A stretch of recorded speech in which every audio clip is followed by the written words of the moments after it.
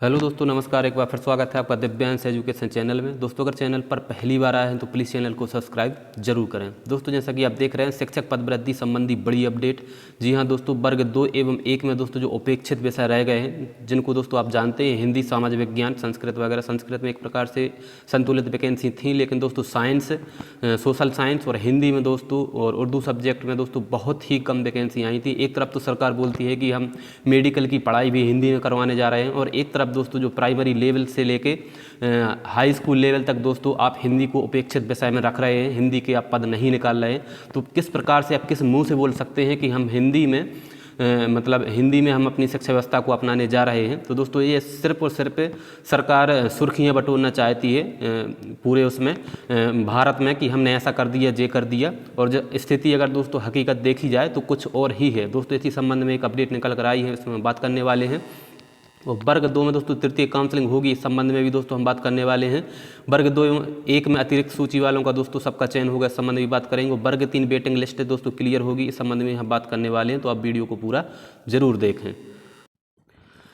दोस्तों, जैसा कि आप यहाँ पर देख रहे हैं, शासकीय स्कूलों में हिंदी संस्कृत के खाली हजारों पद भरने को सरकार को लिखा पत्र। सरकार समर्थित संघों ने कहा है कि वर्ष 2018 के उत्तीर्ण अभ्यर्थियों से अभी होना चाहिए भर्ती। तर्क दिया कि जब परंपरागत भाषाओं को बढ़ावा दिया जा रहा तो पद वृद्धि क्यों नहीं।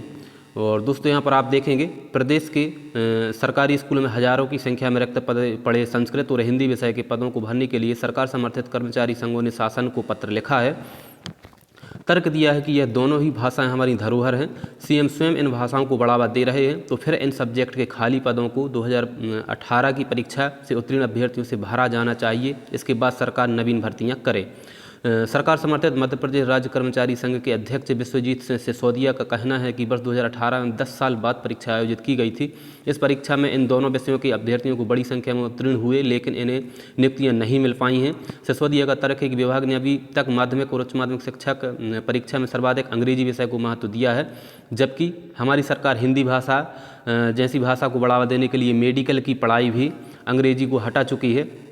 सिसोदिया का कहना है कि संस्कृत भाषा हमारे हिंदुस्तान का गौरव है। इस भाषा को बड़े पैमाने पर जो पद रिक्त पड़े हुए हैं, लेकिन विभागों ने उस अनुपात में पद नहीं दर्शाए हैं। श्री सिसोदिया का कहना है कि इन विषयों में वर्ष 2018 में संपादित परीक्षा के उत्तीर्ण अभ्यर्थियों को विभाग में पदों की कमी बता रहा है, विभाग कमी बता रहा है पदों में, जबकि फिर से नवीन पात्रता परीक्षा की प्रक्रिया शुरू कर दी गई है। उनका कहना है कि हम कम से कम जो अभ्यर्थी 90 अंक लेकर आए हैं उनकी नियुक्ति पर मुख्यमंत्री को विचार करना चाहिए, ताकि इनके भविष्य सुधर सके। इस कारण सरकार को पत्र लिखा गया है। तो दोस्तों आप देख रहे हैं यहाँ पर हिंदी सब्जेक्ट, संस्कृत के लिए दोस्तों, और जो भी उपेक्षित सब्जेक्ट हैं दोस्तों, यहाँ पर मेंशन भले ही नहीं किया गया हो, लेकिन जो उपेक्षित विषय हैं इन सभी के लिए दोस्तों यहाँ पर पत्र लिखा गया है कि इनमें आप ज़्यादा से ज़्यादा पद वृद्धि करें। संस्कृत के साथ भी न्याय होना जरूरी है।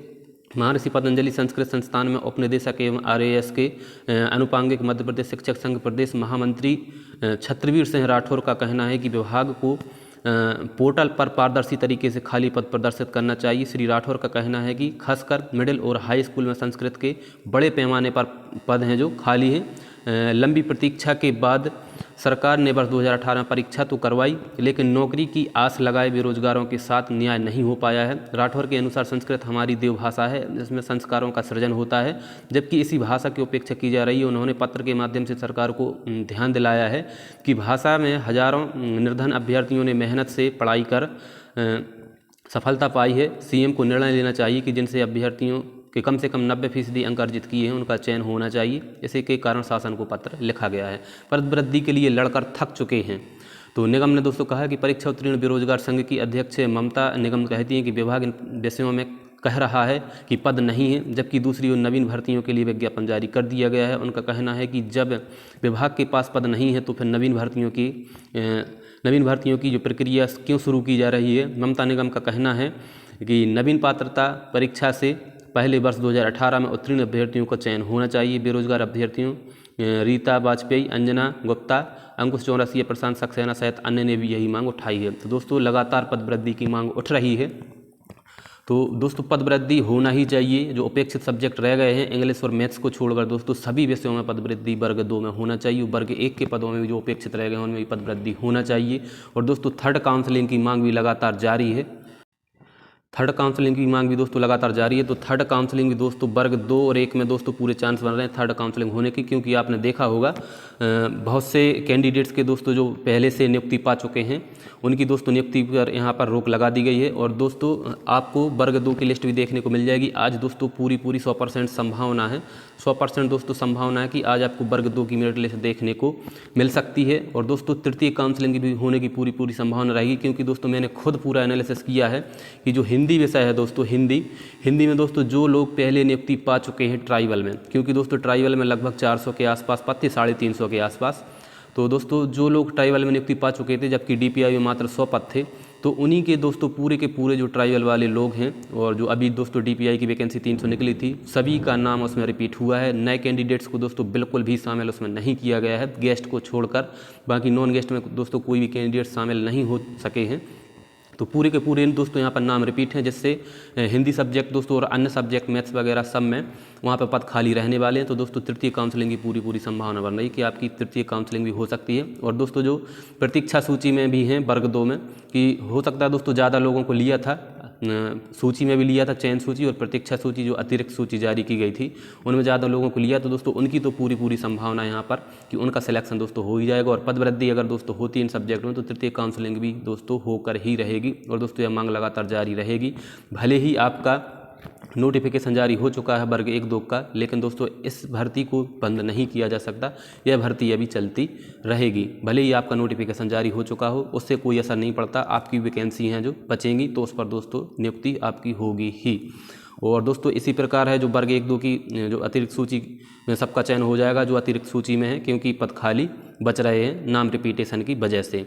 और दोस्तों वर्ग 3 की वेटिंग लिस्ट, दोस्तों वर्ग 3 वालों की वेटिंग लिस्ट भी क्लियर होने की पूरी दोस्तों 50% क्लियर होने की पूरी संभावना हो जाएगी। इसलिए हो जाएगी कि लोग दोस्तों लगभग 10% से दोस्तों ऐसे ज़्यादा हैं लोग जिनका अगर पदवृद्धि होती है या दोस्तों इनकी जो काउंसलिंग है अभी जल्द ही हो जाती है, तो कम से कम दोस्तों 10 से 20% लोग ऐसे हैं जो वर्ग 1 और 2 में चले जाएंगे, वर्ग 3 वाले। तो जो वेटिंग में अभी होंगे दोस्तों वर्ग 3 में, उनकी दोस्तों पूरी की पूरी संभावना बन जाएगी क्लियर होने की। दोस्तों तभी फ़ायदा इनको मिलेगा जब लोग वर्ग 1-2 में ज्वाइन कर लेंगे, क्योंकि दोस्तों प्रत्येक व्यक्ति को लगता है कि मैं अपनी एक जॉब पक्की करूं। तो अभी उन लोगों ने इसमें भी डॉक्यूमेंट अपलोड किए हैं और वर्ग 2 में भी उनका नाम आया तो उसमें भी अपलोड किए थे, लेकिन जब नियुक्ति होगी तभी वह पद छोड़ेंगे, क्योंकि कोई भी रिस्क लेना नहीं चाहता है। तो वर्ग 2 और 1 की नियुक्ति जल्द से जल्द होना चाहिए, तभी वर्ग 3 की वेटिंग लिस्ट क्लियर होगी।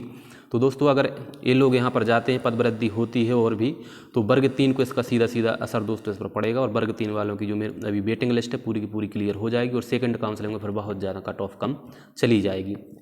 तो दोस्तों यही एक अपडेट थी। और दोस्तों आपकी वर्ग 2 की मेरिट लिस्ट आज जारी होने की पूरी संभावना है, 100% संभावना है दोस्तों आज जारी होने की। तो दोस्तों देखते हैं अगला वीडियो हो सकता है आपको वर्ग 2 मेरिट लिस्ट पर मिले। तो प्लीज़ दोस्तों अगर शिक्षक भर्ती से जुड़ी हुई कोई इन्फॉर्मेशन आप पाना चाहते हैं और शिक्षक भर्ती वर्ग 1-2 की तैयारी आप करना चाहते हैं हिंदी सब्जेक्ट और दोस्तों पेडागोजी की, तो प्लीज़ आप मेरे चैनल को सब्सक्राइब जरूर करें। धन्यवाद।